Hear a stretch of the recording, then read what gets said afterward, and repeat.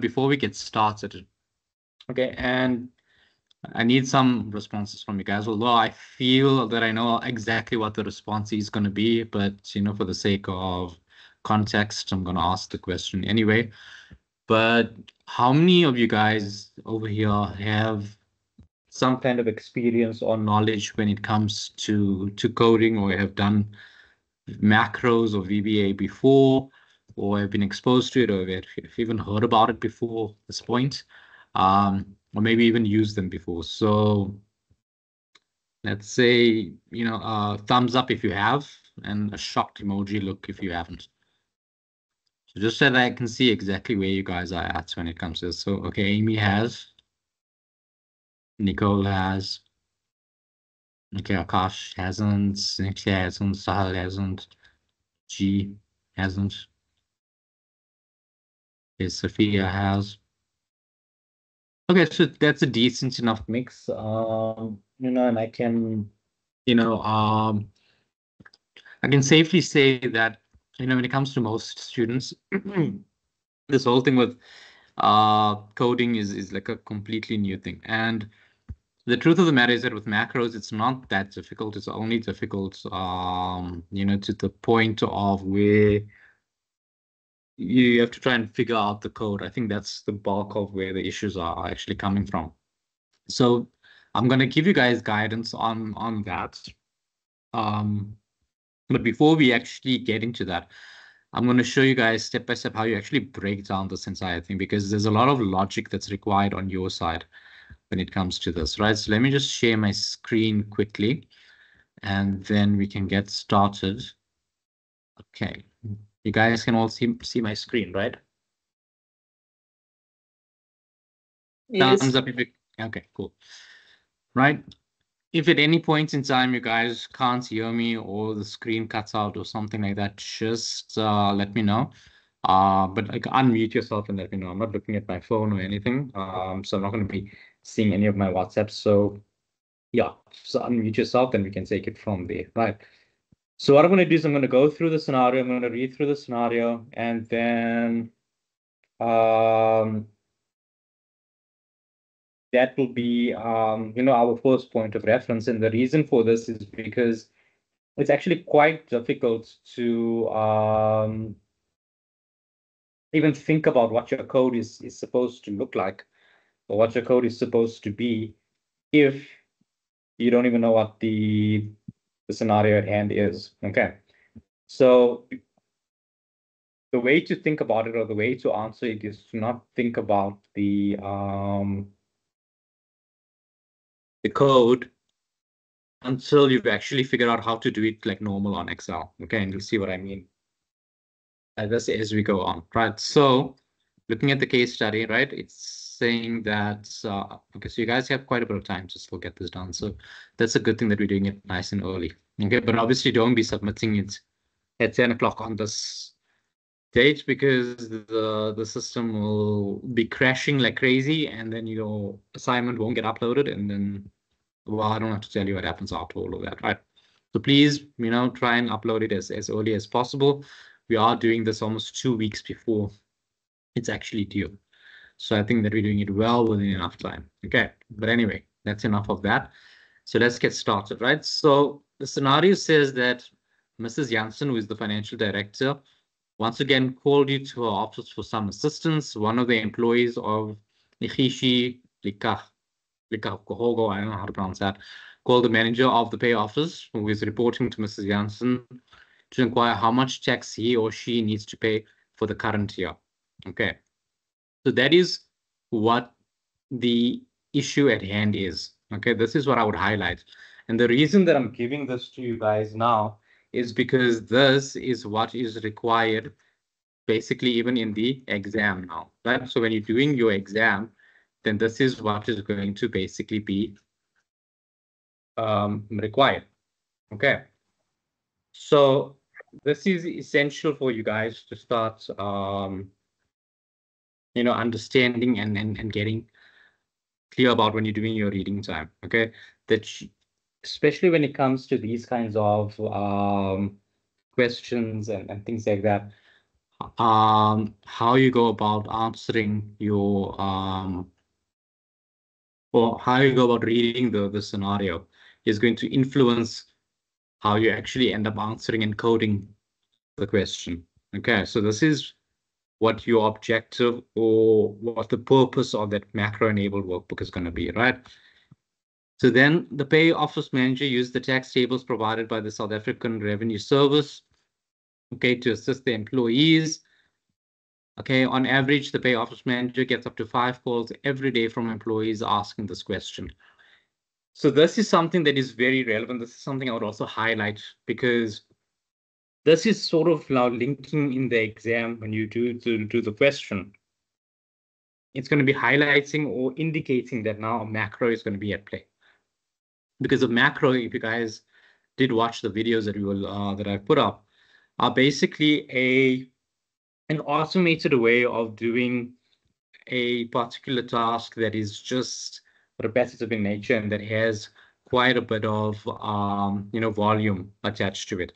So any task that you're doing at work where you're going to have to do the same thing over and over and over and over again is basically going to be following this sort of pattern or trend, and it's going to sort of push you and guide you to say that, hey, this is what you need to do. You need to be considering a macro, okay? Or the question is going to potentially ask you to do a macro.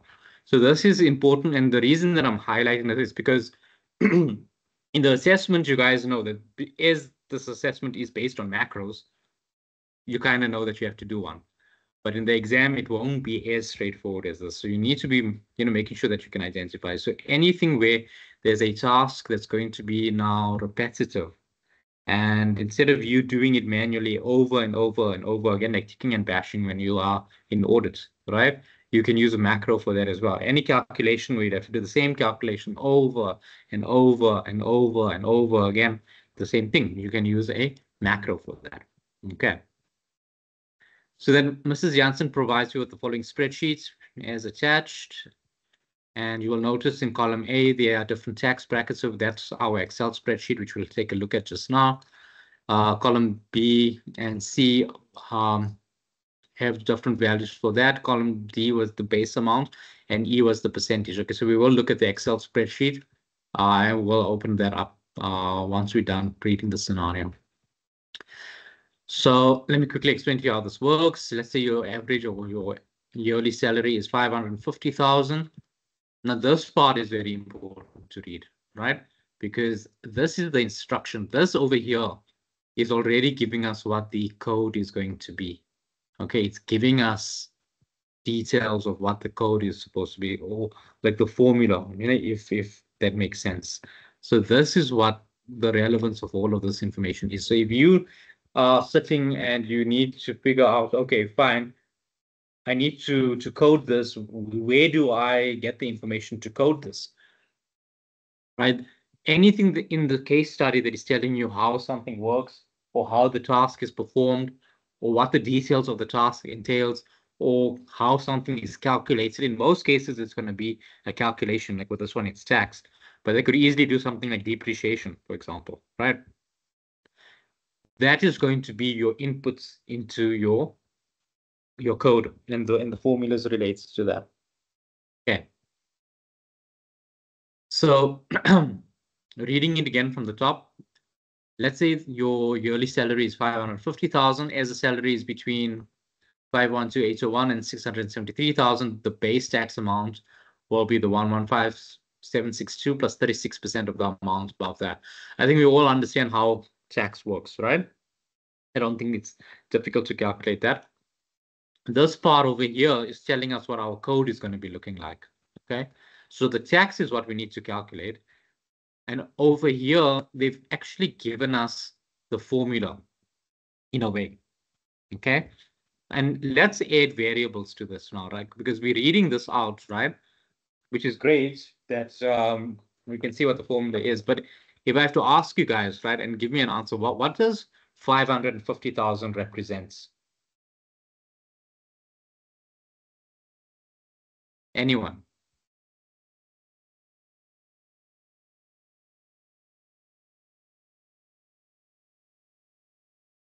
What is my 550,000? Doesn't it represent the gross salary? Right. So that represents my gross salary, right? So I would write gross salary or salary just above the 550,000, right?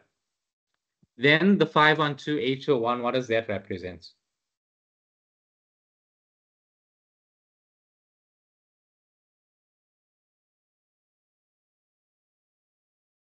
If you look at your Excel sheets, what is the 512,801?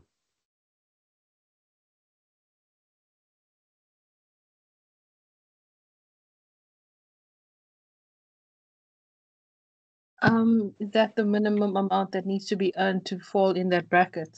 Yeah, so it's the base level of the tax bracket that you are in, right?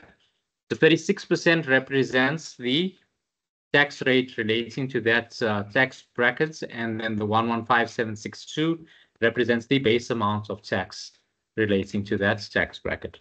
So I would, make sure that I know what each of these inputs are.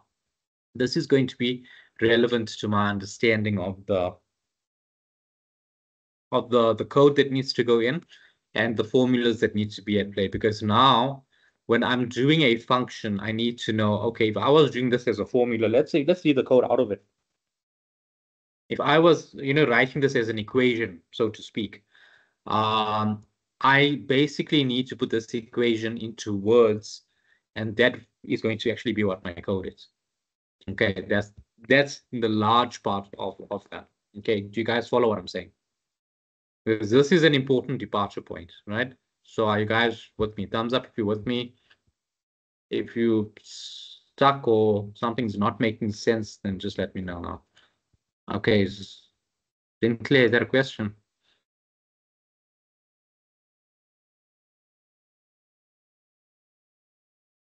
Sinclair, do you have a question or was it a thumbs up? No, okay. Okay, so no questions at this point, right? Okay, then let's continue. So the Income Tax Act allows each natural person to claim a tax rebate, which is wonderful, right? Everyone can claim a primary rebate of 17235 after the age of 65 years, right? So after the age of 65 years is indicating that there's a range now. You can claim an additional secondary rebate of 9444. Then after 75 years old, an additional tertiary rebate can be claimed of 3145.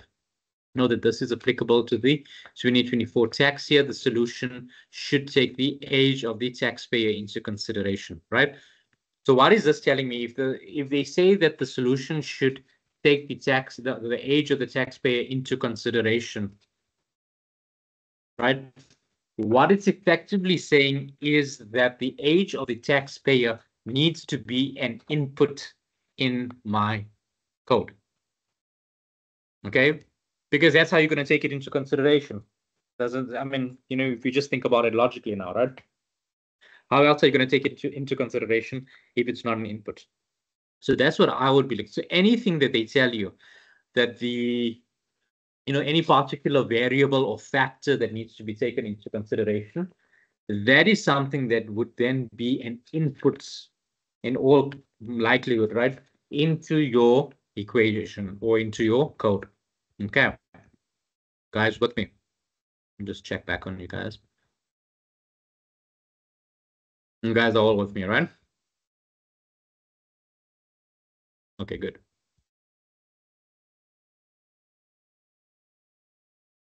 Okay, so let's continue. So for example, let's say you are 45 years old, you would then be able to claim a primary rebate against the above calculated tax. Therefore, the tax payable for you for the 2024 tax year is, right, if your salary is 550,000, the tax has been calculated, less the primary rebate, because you only get a primary rebate because you are under the age of 65. Okay.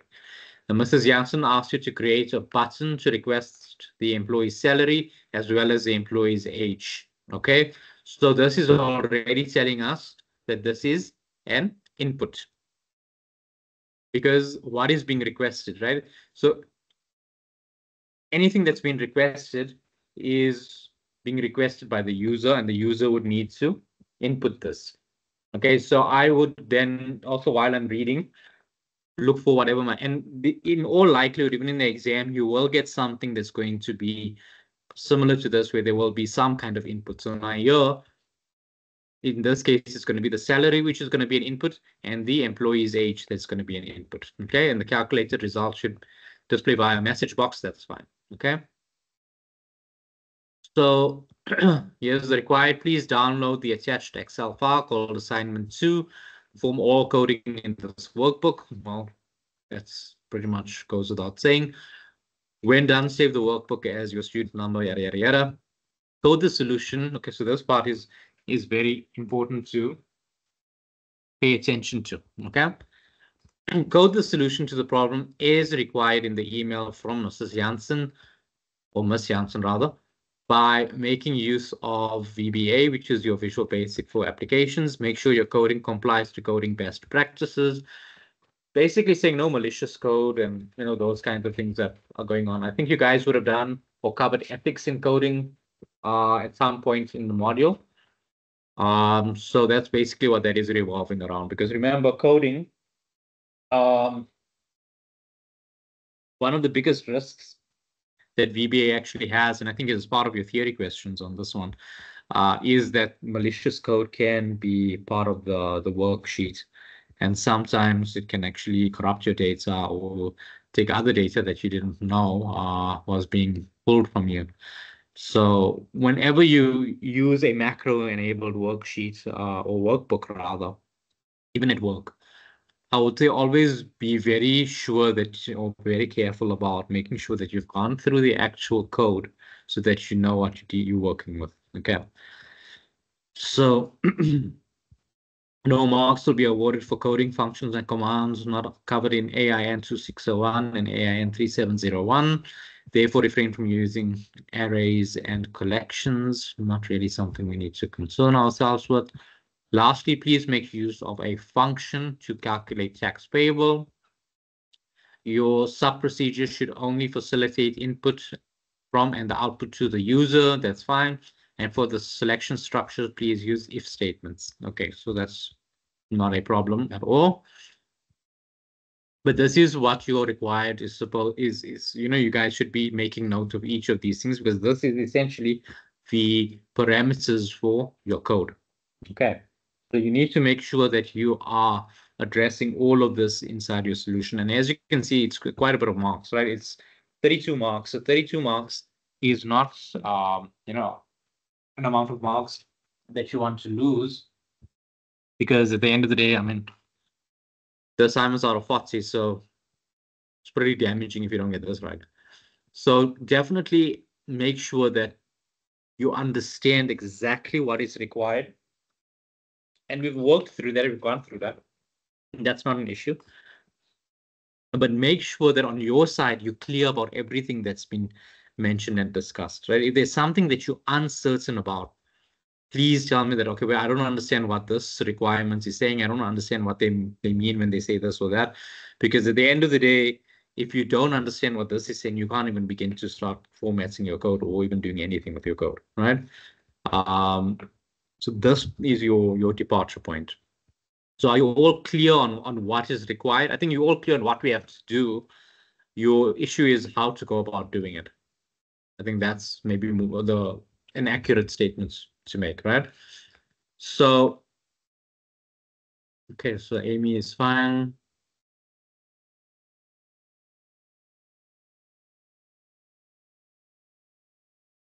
Okay, so your first thing that you need to do, right, is you need to download the Excel file. So I've done a bit of preparation here, as you can see.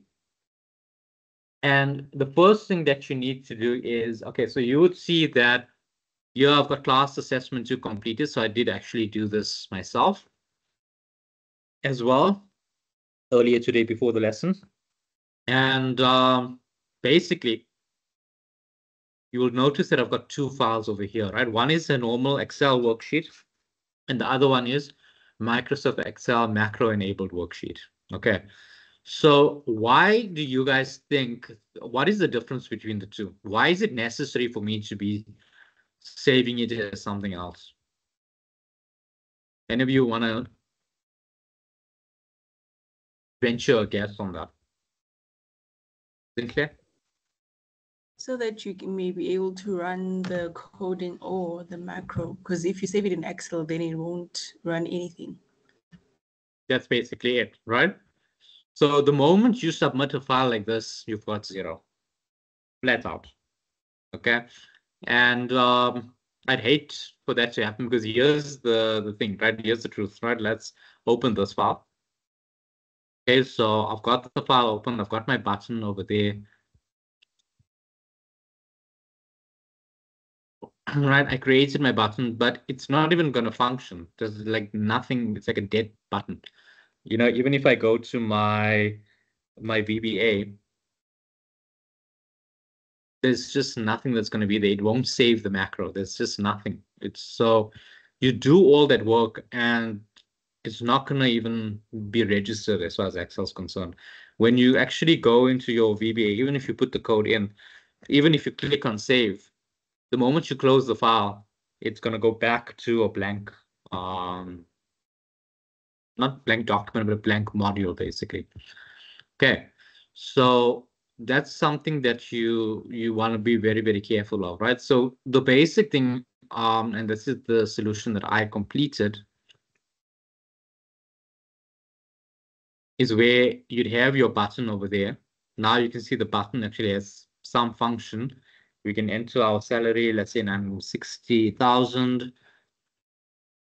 Calculate the employee's age, let's say make it 65, and boom, right? This is basically what we're trying to get to. Okay, so the question is, how do we get to that point? Okay, but do you guys, let me go back to the screen. Do you guys see exactly what is required of you and what it's, how we're supposed to, or what our end result is supposed to look like? So does someone have a question, or was it thumbs up? Okay. So before I move on from this, right, conceptually in your mind, those of you who attempted the exercise or at least read through it, right? How many of you in your mind saw your solution looking like that? Even if you didn't know how to get to that point, but how many of you in your mind saw that, okay, this is what my final solution needs to look like? Thumbs up if you did, you know, envisage it looking like that, and a shocked reaction if you didn't. Okay, so all of you did. I hope that's true.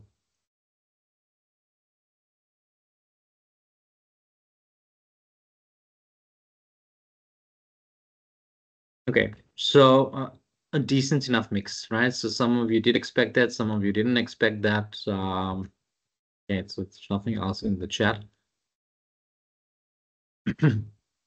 Okay, so what we need to do is now we need to actually get to that point, right? So this is a clean worksheet which I have downloaded. So your first step would be obviously to download the worksheet. Right, let me just do that. And we've got that and there, right? So now we've got this worksheet fresh, right, from your My UNISA or wherever. Now, the first thing that I would do before anything else, right, is to say File, Save As, and then we can just save it as, I think it was supposed to be with your student number. So, you know, I'll just say class 2 and student number 1, 2, 3, 4, 5, 6, 7, 8, 9.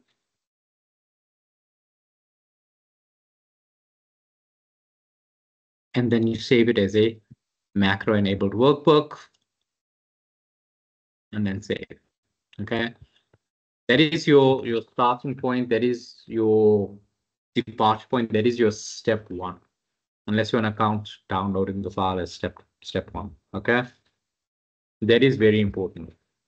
Now, step 2 is this developer menu should be on the ribbon. Okay.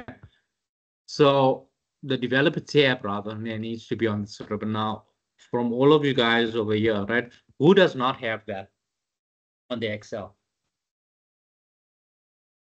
All of you have it. Thumbs up if you all have it.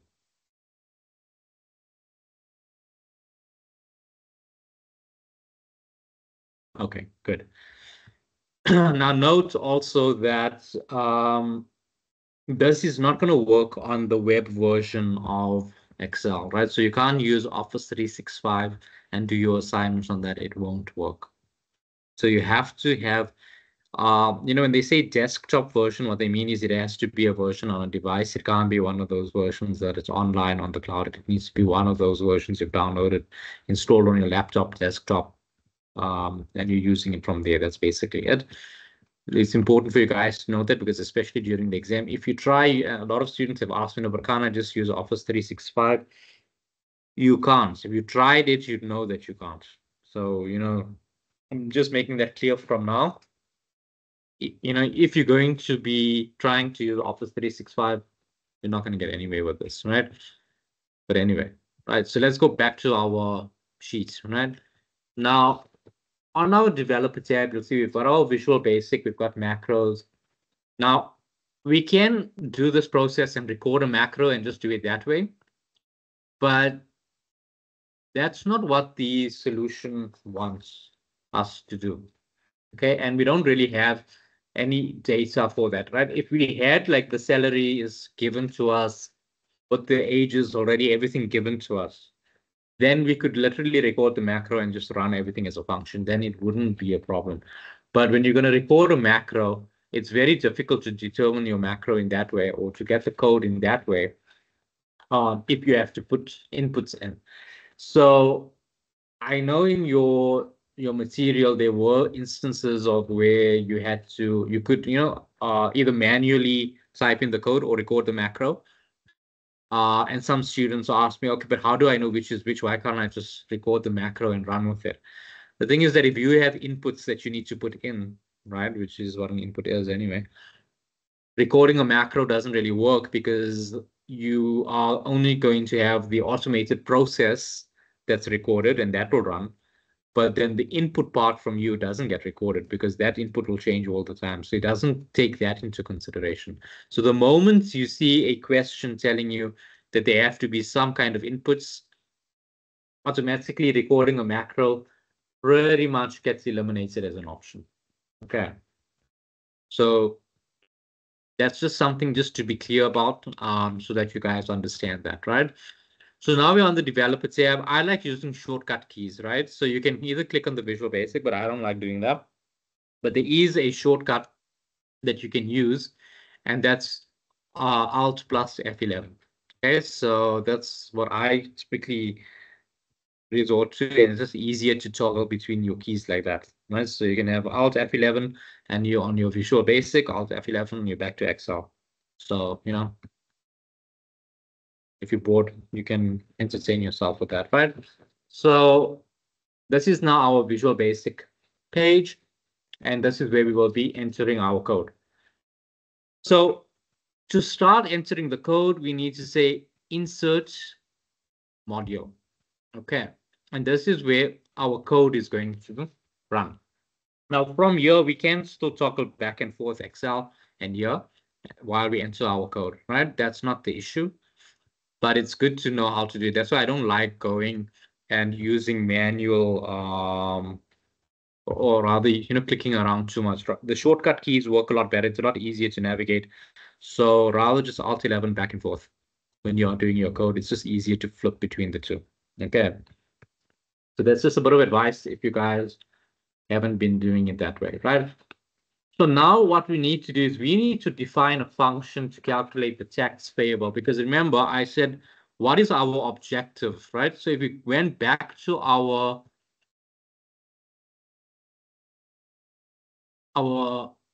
question or our scenario, the objective was to inquire how much of tax needed to be paid for the current year, right? So that is our objective, and that's what we need to start thinking about, right? And start developing a function that's going to be, or code rather, that's going to be working around that, right? And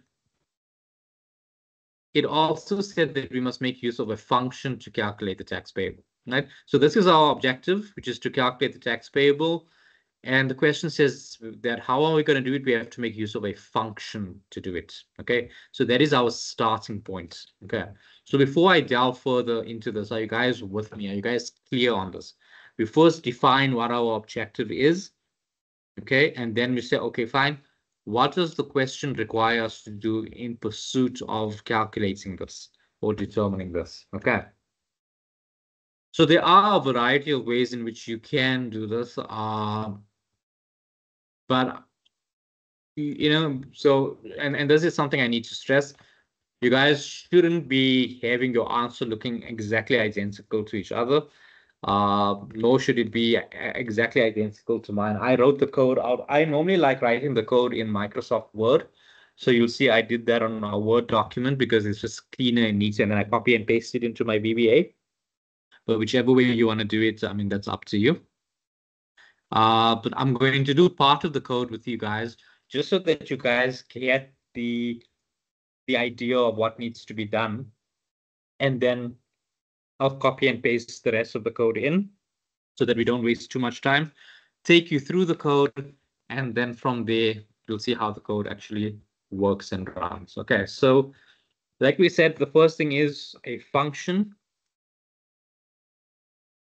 which will be calculate tax, right? So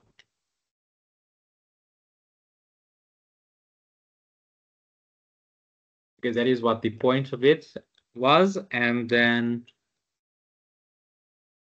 what were my inputs? The salary.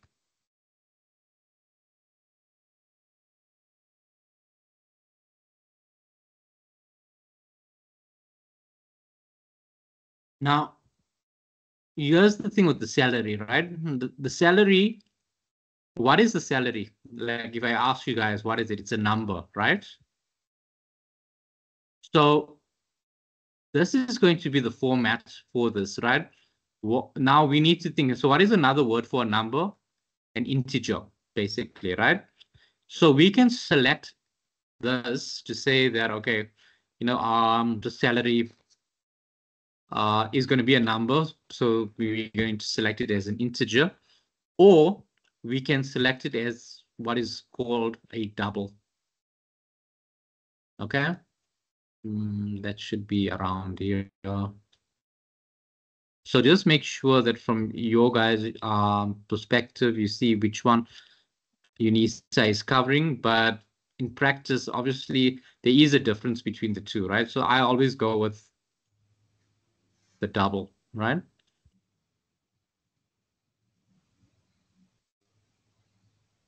And don't worry if it does it because you're still busy with the code, so it's not a problem. How many of you know the difference between entering this as a double and entering it as an integer? Okay, I can see questions already, right?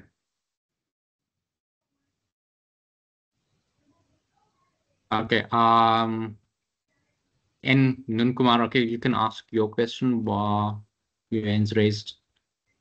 Hi, I just want to know when you went salary as and you showed us how to add whether it's an integer or number, what function did you use to find your drop down?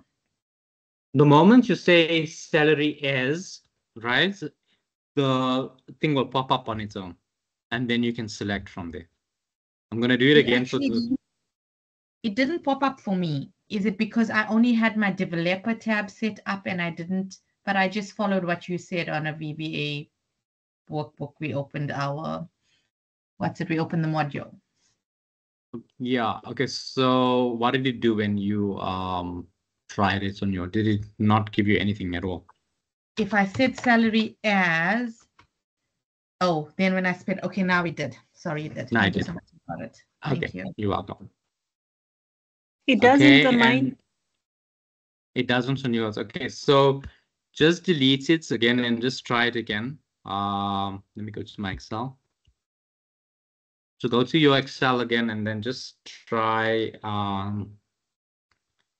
going to salary as, okay, salary as space, the moment you hit the space key, then it should pop up the menu for you.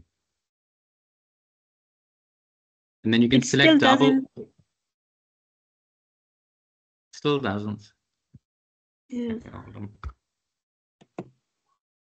Okay, have you entered it exactly? Did you start off with the function space calculate tax?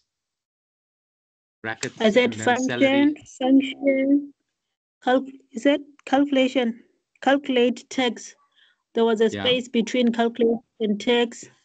No, there's no space between calculate tax. So it's function calculate tax and then open brackets.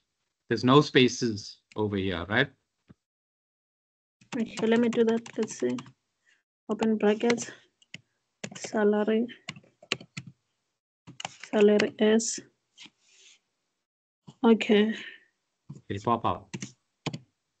Function calculate tax salary S. No, it still doesn't.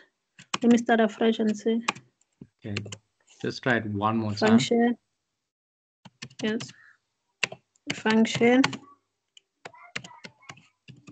calculate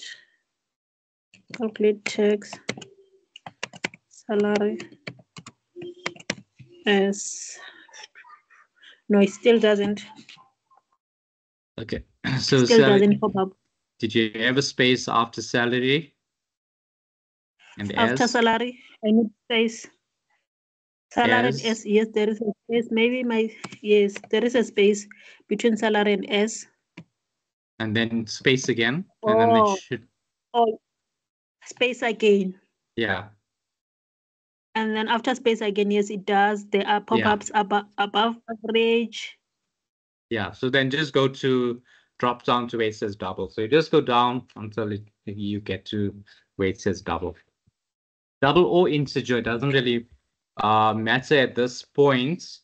But there is a difference. Do you guys understand what the difference is between entering double and entering integer, and when you should do which? No, on my side, no. Okay. So you put in double when you have an absolute value, right? I mean, like you have an integer when you have an absolute value, right? Meaning there's no decimal points.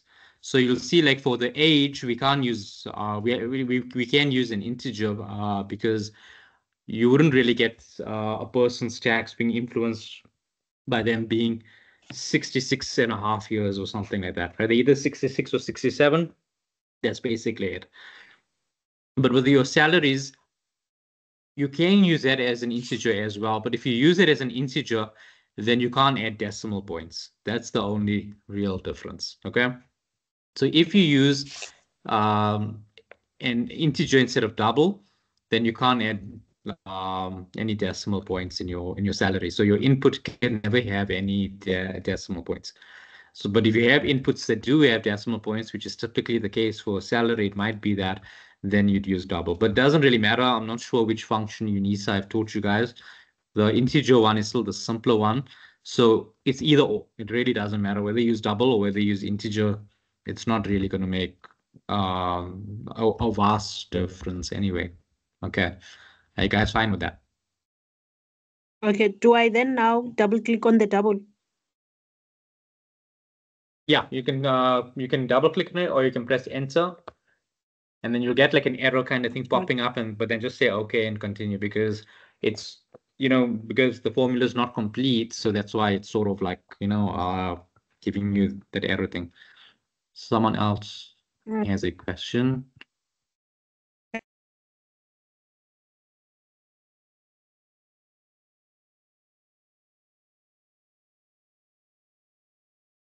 Alice, okay, you've got a question. Hello, I just want to know, can we also use a single instead of a double? Yeah, but I wouldn't recommend that because it's a bit restrictive then. So you can, it's not going to be the end of the world if you use the single, but yes, because the lecturer said something about a double using too much space or something like that. I wouldn't say it uses that much space, but because the only thing with the double is just really just talking about your decimal points in the rounding. That's what it really comes to. So you can use it. I mean, look, like an integer is like, you know, even that would be fine. So if you could use an integer, then I don't think a single would be a problem. So either or, doesn't really matter. So you can use double, integer, single, whichever one works for you. I would recommend that you guys, you know, all do something different. Don't do the exact same thing. Because I'm pretty sure you guys want to be red flag for plagiarism and stuff like that. So if your lecturer told you to stay away from double, then you can use single or integer.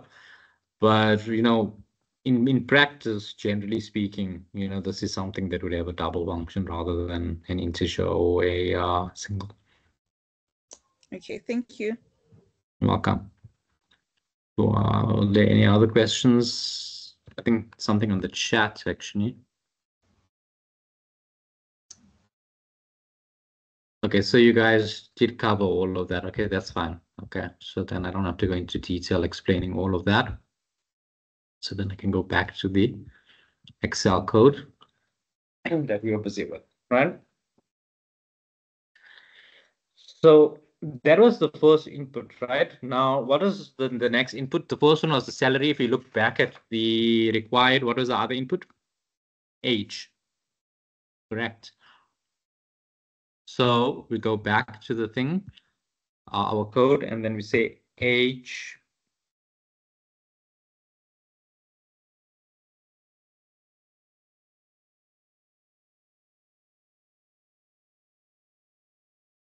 Now your age would be an integer because obviously, you know,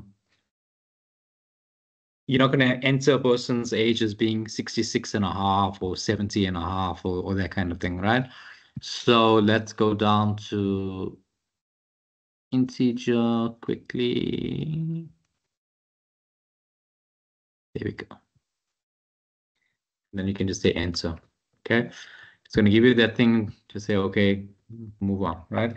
That's just Excel getting excited for itself. So that is basically the two inputs that we need. We can close brackets. Okay.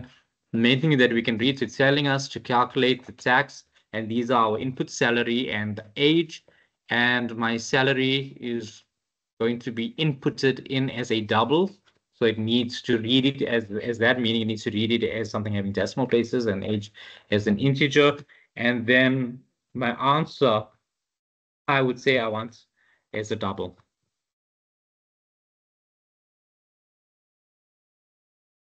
Because, but again, you can even choose integer. It's up to you, right? They never mentioned anything with rounding or anything like that. But I will still choose a double because if you're going to pay tax, most likely you'd get something like, you know, 5,722 Rand and 58 cents, you know, that kind of thing.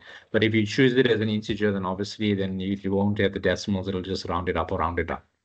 So again, that is up to you. Doesn't really matter which approach you use. That's fine. That's, you know, just let's say something that, you know, because the required also didn't really go into detail in terms of that. So, you know, I'd say that they have given you guys some flexibility with that. But if in the exam they don't do that and they, you know, start being a bit more specific, then I think then you would need to, you know, make sure that you use the correct functions, right? So already for all of these things, you're scoring marks, right? So you want to just make sure that you've, you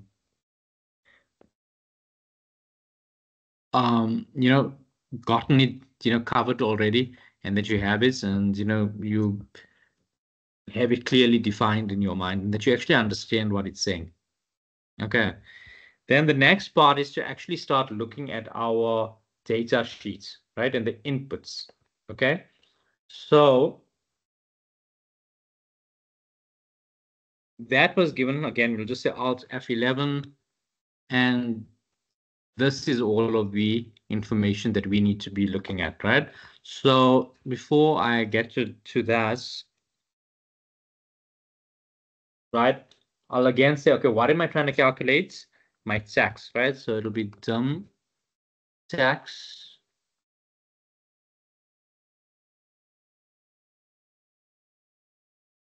as a double as well, right? Because I want my tax to have sense. Otherwise, you can have it as an integer as well. It doesn't really matter. So the double and the integer, you can use that interchangeably, right? So whichever of you want to go with an integer or single instead of double, doesn't really matter. So that part is just the variable part of your code, right? But now we get to the meat and bones of it, right? So now, again, now let's think about it and let's forget about the code for a while, right? Let's go to our table over here.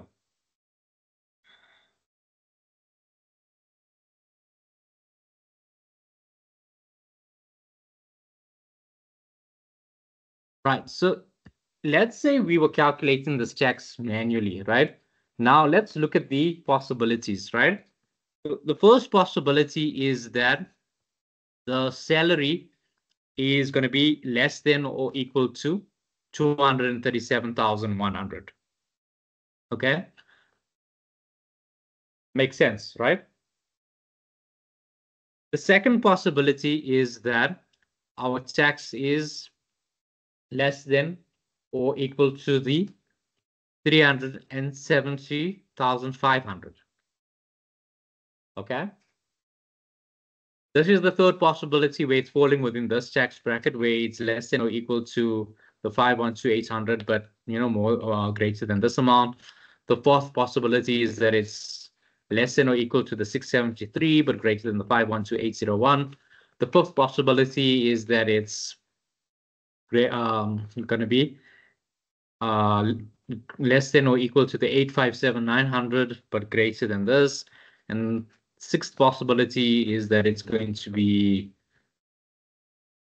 less than or equal to the 1817000, but greater than this. And then the last possibility is that it's going to be greater than the 1817001, right?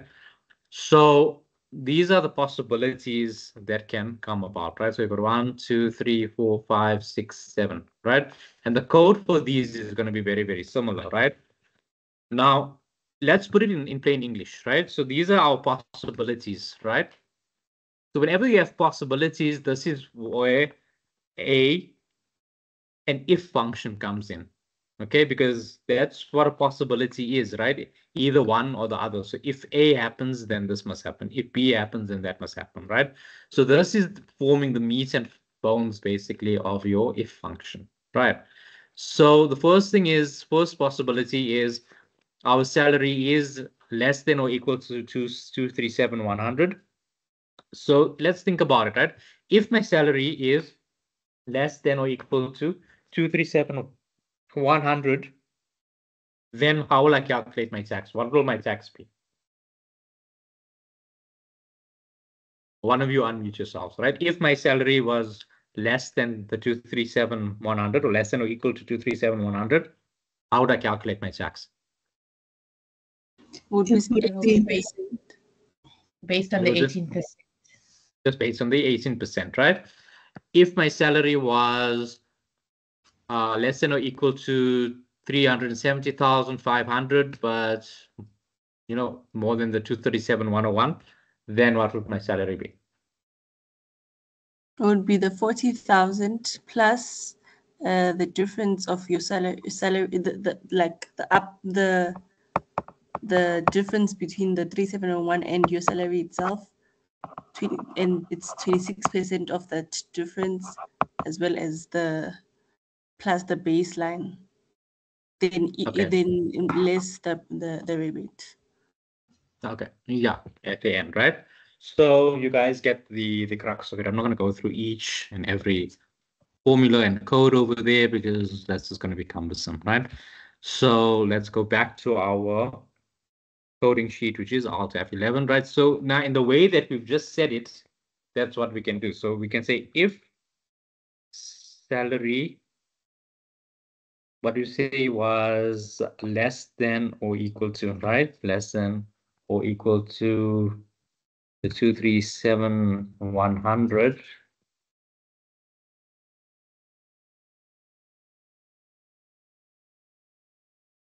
Then how did we say we'll calculate the salary?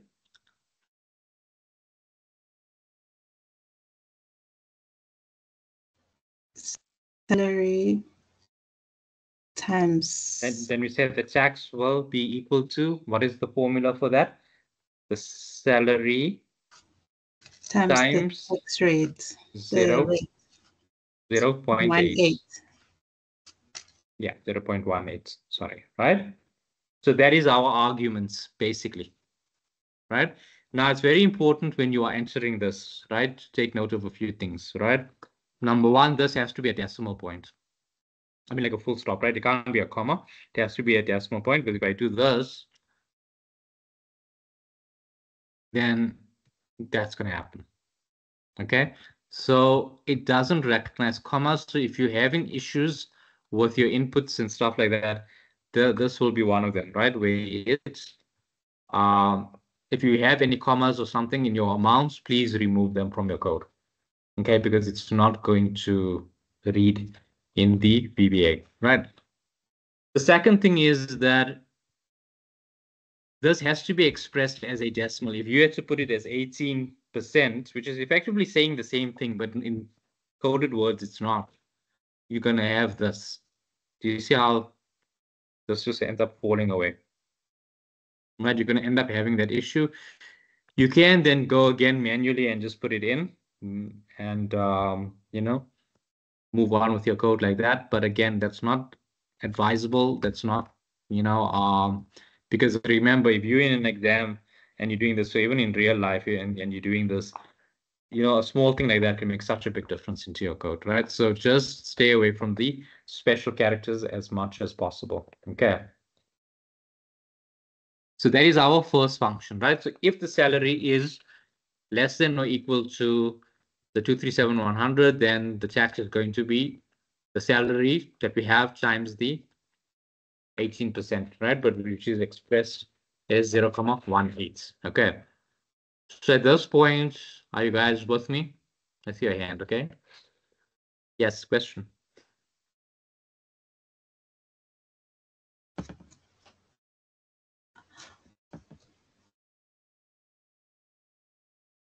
Okay. That was just Helge Zintle. Do you want to ask your question? Yes, I just want to check with the percentage, seeing that we already have a table that is populated with percentage that we are going to use. Is it not wise that we use or we reference the columns where there's that specific percentage instead of punching manually the percentage to be used? You can. That's not an issue. Just make sure that your formatting is fine for that cell. So that's why I prefer entering it manually, because sometimes with Excel, let's say if you decide you're going to reference to the cell, okay? And you're going to reference to this one, but if there's a formatting issue over here, your code can go off. It won't read it. So it might not read it as a percentage, it might not read it as a number, it might read it as text, that kind of thing, which is often the issue with Excel. So it's not that you can reference the cell, it's not a problem.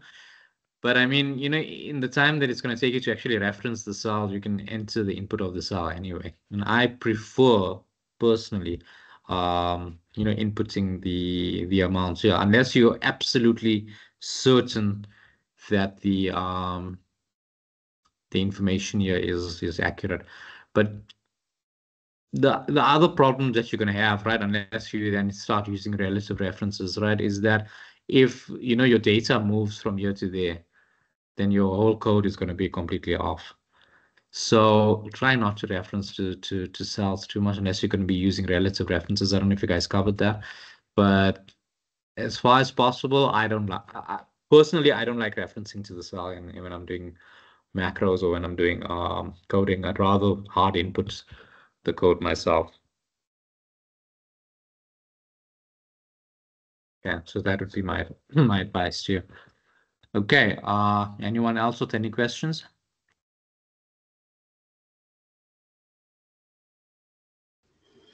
Yes, I wanted to ask, what's the difference between, why is it that they say we must use the function procedure? Like, can you use it what's the difference between the sub procedure and the function procedure? The difference between the? Sorry, can you repeat your question? What is the difference between the sub procedure and the function procedure? Okay, so your sub procedure is basically branching off, or it's an extension of your main function. That's basically what so it's like a second part of the equation to something. That's what your sub function is. So you can't really have a sub function without having a function. So your function would give you a particular amount, and then if there's another arithmetic calculation that needs to take place, that is where your sub function comes in. So let's say you have like a two-step calculation, right? Your main calculation would be your function, and then your sub function would be your second step to the calculation. Okay, and then if you add a third step, then you'd have another sub function to that. If you had a fourth step, you'd add another, so that's the thing. So because this is a two-step function or a two-step calculation, which is calculate the tax, calculate the rebates, and then that'll give you your final tax. The amount of calculations are two. Number one is to calculate the tax. That's our first input. Number two is to calculate the rebate, which is then the sub. So you always have number one. The first calculation is always your function, and then everything after that is a sub function. Okay, thank you. Welcome. Okay, you guys are all on the same page with me so far.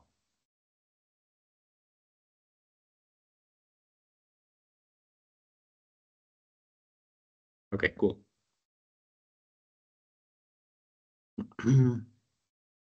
So now we'll go to the second part of the code, which is now to say, okay,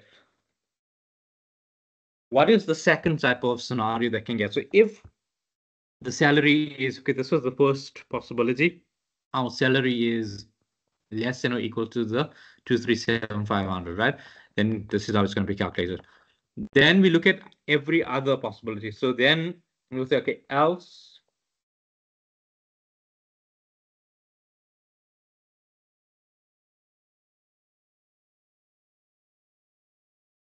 So it's basically saying, okay, we'll do it that way if the salary is less than or equal to 237,500. Otherwise, right, or else, in other words, right, if the salary is less than or equal to our 370,500, which is the next bracket, right?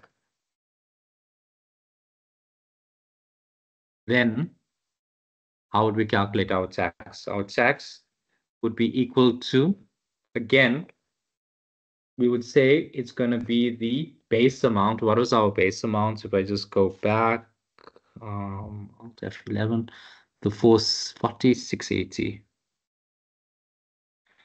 The 40.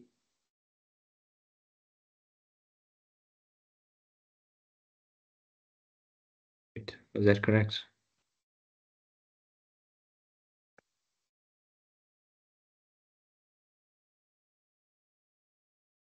Okay, so it's the 4680.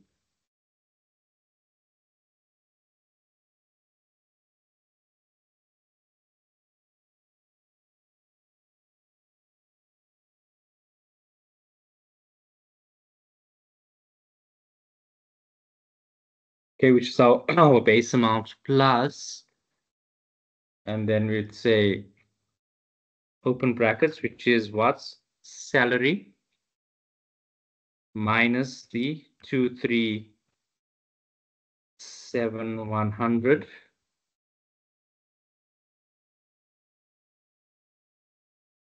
times 0.26, right?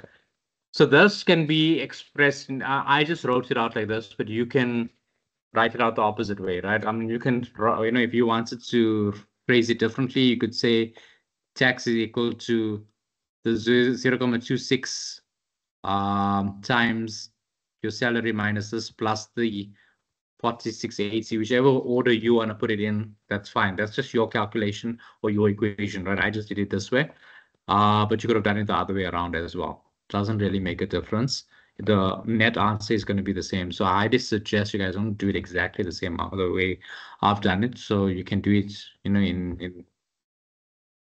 doing this part first, where you have your 0.26, calculating basically your variable portion of the salary first, and then your fixed portion there, heading it on to the end.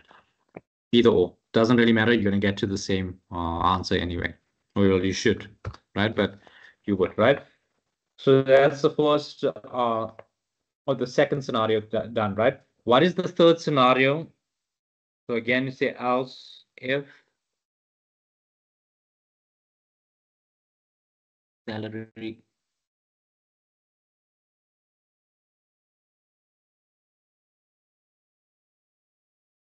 is again less than or equal to, what was my next brackets?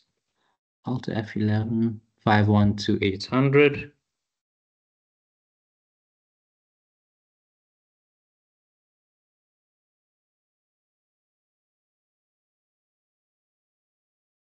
Then again, we're going to say the tax is equal to the 7 something. Hold on. So no, 73726. Right, so 73726. So okay.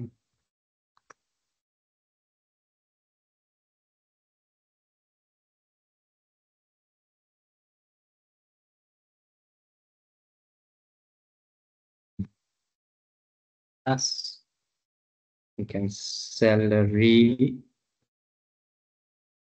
minus, and that'll be the previous bracket, which was the 370,500.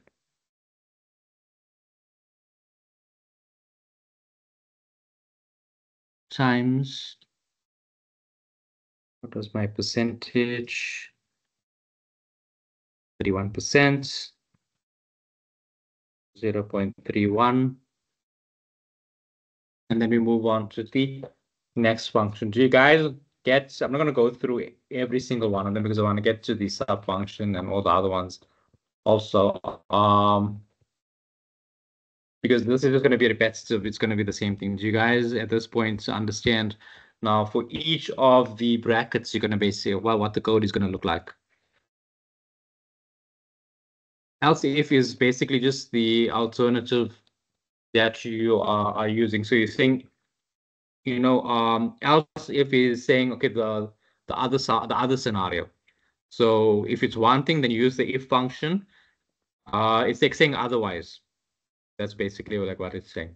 So you can't use if for every single thing. Although I suppose if you did use if, it might still work. So you guys can try that, but else if base is more the formula because that's giving you the alternative. Else already implies the alternative. Okay, so that is how you would be. So did that answer your question? If you use an if function, you should still come to the same thing. Remember, I'm looking at it from practical purposes as well. So if UNISA haven't done else if, then stick with the if. Okay. So you guys, okay, I have a question. Yeah. Hi, why is it when we put then we get an error? It means that it could end. It pops up with an error message on my side whenever I type in then. What does the error message tell you? It says that error, compile error, expected end of statement. It's just a warning. Okay, so that means you made a formatting issue. Did you put a comma here somewhere? No comma. There's no comma. It's just a space. Exactly, typed exactly as yours. Okay. It's reading something that it shouldn't. Even in the decimals, even in the spacing is exactly like mine. No changes at all. Because normally that comes up if you've put a comma or you've forgotten a bracket, like here, and that would. I think because of the less than and the equal to. There's no space between your less than and your equal to sign, is there? No. So just see if that fixes it. Okay, all right, yeah, I'll just play around with it and I'll work on it. Thank you. Okay, that's fine. Because normally it's just a formatting thing there. So something, did you hard input all of the stuff, or did you pull anything from the sheet? No, I didn't pull anything through. I did it exactly like you showed us to. Okay. But I think the AIN tutors expect us to actually pull through, use the cell references as per the facet classes. Okay. Yeah, look, if that's what they require, then I mean, then do it that way. I'm doing it the way that, I still, prefer, but obviously you guys will know what to substitute, right? So instead of manually inputting this, you'll just have a cell reference over there and with these ones. So all of these manual inputs will just be cell references. But I'll be honest with you, I can't understand why they'd want you to use a cell reference, because again, I can literally take your worksheets and just, add a column there and screw everything up if you haven't used that at the beginning of your thing, and then the whole thing looks off. So, but anyway, if they want you to do it that way, one thing I'll tell you guys, and this is even, from my time as a student at UNISA, if UNISA tell you to do it a certain way, just yeah, make your peace with it and do it that way. So if that's what the tutors have shown you, and if that's the way that they want you to do it, I think maybe because it looks a bit cleaner that way, yeah, then go ahead and by all means stick to that. But at this point, I think that you guys get the gist of what the code is looking like. I'm not going to go through each one because we're going to definitely run short on time then.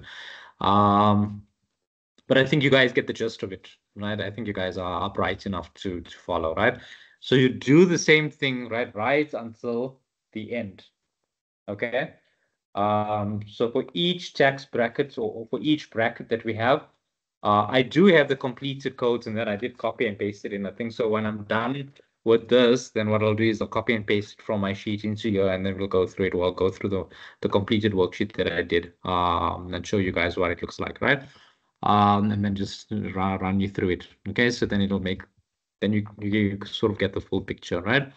But let me move on from here. Okay, so I'm not going to do all of the codes, but you guys understand that this is the first part of it, right? So once you've done all of your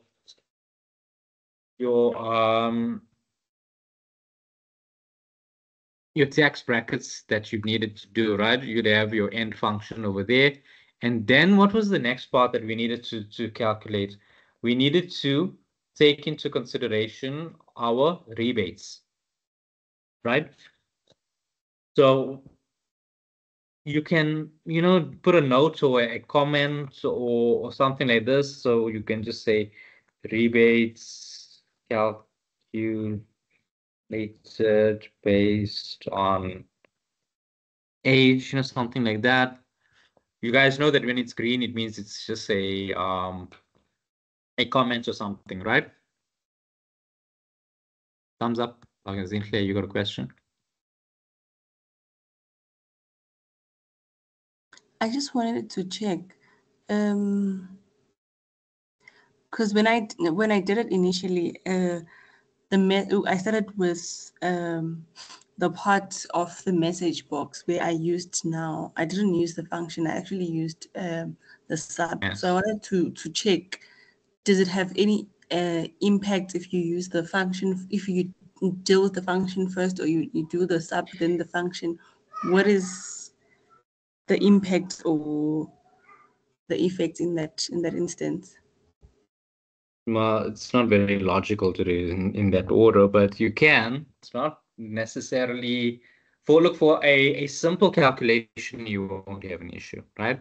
But if it's a complex calculation, you might have a problem, because sometimes it would need to draw from a figure that was maybe calculated inside our the function. Now here, because of your message box will have the input, so you'll input that anyway, so then it'll work out. But so it's fine. But let's say there was a particular amount that your sub function was relying on, that would have to come from your function, first from whatever calculation your function was performing. Then obviously you would have an error because now it's a sub function to what, it's looking for an amount. So it's just going to put an amount of 0 in, or it's going to give you an error because it's got nothing else that's coming through. It's got nothing that's filtering through. Otherwise you'd have to manually input something. So in this case, it's going to work out because we are going to manually input the